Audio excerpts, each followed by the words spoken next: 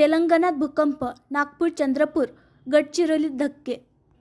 एकीकडे मुंबईत होणाऱ्या भाजपाच्या विधिमंडळ गटनेते बैठकीकडे, राज्याच्या नव्या मुख्यमंत्र्याच्या शपथविधीकडे सर्वांचे लक्ष लागलेले असताना आणि नागपुरात विशेष विमान, रेल्वे आणि खासगी वाहन आणि हजारो लोक मुंबईकडे निघाले असताना सर्वांचे लक्ष आपल्या घराकडे केंद्रित झाल्याचे पाहायला मिळाले.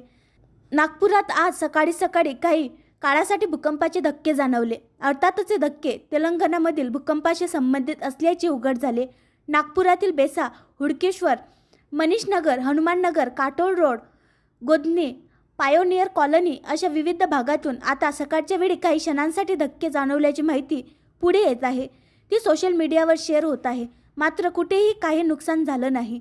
चंद्रपूर, गडचिरोली जिल्ह्यातही सौम्य धक्के जाणवले आहेत. घाबरू नये, नागरिकांनी दक्षता घ्यावी असे आवाहन प्रशासनाने केले आहे.